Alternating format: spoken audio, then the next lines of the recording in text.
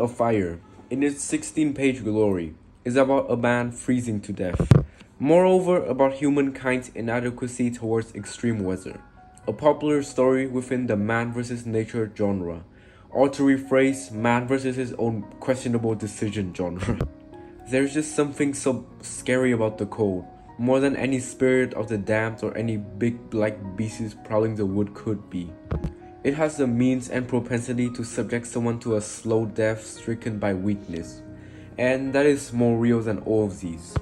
So that is precisely what is so good about this story. It magnifies our inherent inability to survive, let alone thrive, in environments that are too extreme for habitation.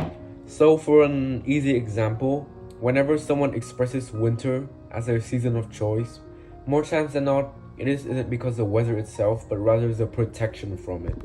Before talking about the story, a look at the man behind it may show where certain elements from the story are derived from. Jack London, born in 1876, he was around just in time for one of the numerous gold rushes at the time. The Klondike Gold Rush to be precise. From 1897 to 1898, the people rushing there were exposed firsthand to extreme cold and isolation as the place was in Alaska, a notoriously cold region. So there's the setting. What about the protagonist and his underlying beliefs? Well, Jack London was quite prominently a naturalist, reflected well in his writings, where most of his protagonists were exposed to the indifferentness of nature and how only the instinctual and not the intellectual can survive. His protagonist is most likely a reflection of an alternative version of him. Both were scouring inhospitable environments for gold, determined to endure just for a prospect of striking big. Let's look at how the story really unfolded. The man who is the main character of the story doesn't even get a name, only a purpose. Completely alone in the Yukon save for his dog. How did the man end up there? Was it out of sheer inexperience or arrogance? Or was it because he blatantly ignored advice from the old man? Sure, the man could have been much better prepared. Sure, he could have had more than just a dog for companionship. But what really matters is that the man doesn't start with any disabilities, or anything to hinder him for that matter. His only objective is to return to his logging camp, in order to meet up with his boys, presumably to hop on the fortnight. The narration even labels him as quick and ready, albeit it quickly becomes overt that it only glazes him in order to establish him just not taking the situation very seriously, and partly his inexperience. Moreover, his first real mistake was underestimating the weather. 50 degrees below zero meant 80 degrees of frost. Such facts told him that it was cold and uncomfortable, and that was all. It did not lead him to consider his weaknesses as a creature affected by temperature, nor did he think about man's general weakness, able to live only within the narrow limits of heat and cold. Even after all of that, his plan was just to rush back to the camp and just tanking the cold, while hoping he'll exit untouched. Truly a foolproof plan. Anyways, what makes the story so relatable is that we, much like the man, are constrained by the narrow perimeter of heat and cold that the man is forced to abide by. Yet his glaring flaw was shared by almost all of us. We live through most days relatively faultless regarding this threshold of heat and cold. Sure, we might not particularly like it, perhaps because we are almost always shielded from it. Hence, no one really fears the cold, at least not anymore.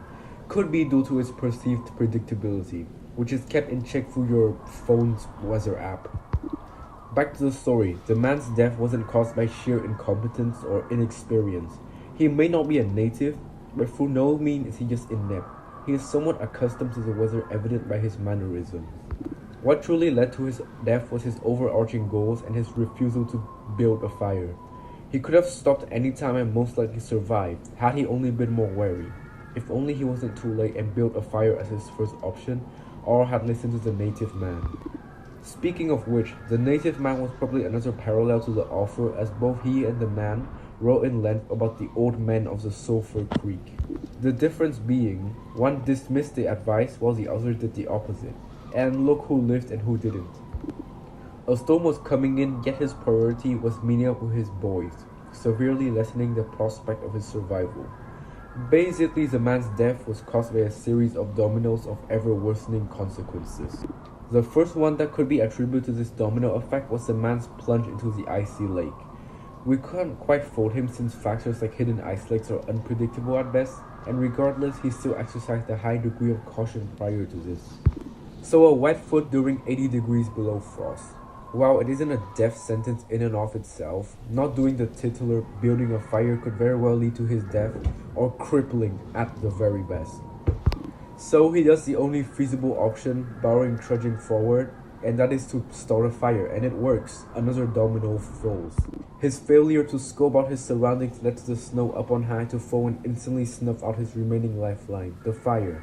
His savior quickly becomes his downfall. This is where the first realization of the severity of the situation sets in. The man was shocked. It was like hearing his own judgment of death. A bit too late for that. Nevertheless, he still persisted. His next attempt, mustering all the bark and similar materials on hand to build another fire. His hands are gradually growing numb and he struggled to strike a match. His fingers, which are deprived of sensation, couldn't grab the match properly and dropped it. And then he failed to retrieve it afterwards. The dominoes are falling much faster now. Against impossible odds, the match ignited a fire. The man, desperately trying to fall his previously frostbitten finger, to varying degrees of success as he described his arm being lit on fire partially. It worked for a while, but as he adjusted it, it died. Left with no option, the man simply ran aimlessly around for what felt like miles as the narration described, all the while feeling strangely warm. He will make it back, that is for sure, right? But he didn't. His lifeless body lay strewn in the snow, the dog not even bothering to commemorate its master's death. Another mistake. The dog's instincts are keen and well adjusted to the environment due to it being a native dog. The man is not. It is more familiar to the land than any man might be. So, in a sense, this is an example of instincts versus reasoning. And in this scenario, instincts triumph over reasoning very easily due to just seeing who lived and who didn't. Like said earlier, the dog is aware of its capabilities, where its safety would end. Yet for the majority of the story, the man blatantly ignores it, opting to instead trudge on when he should have rested. And that's precisely the thing. Had the man stopped and built a fire, in a way listening to the dog, he would have most likely lived. His eagerness for reunion with his friends back at the camp was the thought that was the underlying reason for his death. The dog represents adaptation to nature. The man's failure to listen to the dog's instincts serves only to accentuate his weaknesses. So in conclusion, To Build a Fire is a story that uses a harsh setting to explore the themes of human vulnerability or hubris in the face of extreme weather. It serves as a cautionary tale. Be aware of what rules you must adhere to as a creature of heat and cold, and the indifference or unforgiveness of nature. For in the end, the only thing colder than the Yukon is realizing sometimes you are the man in the story.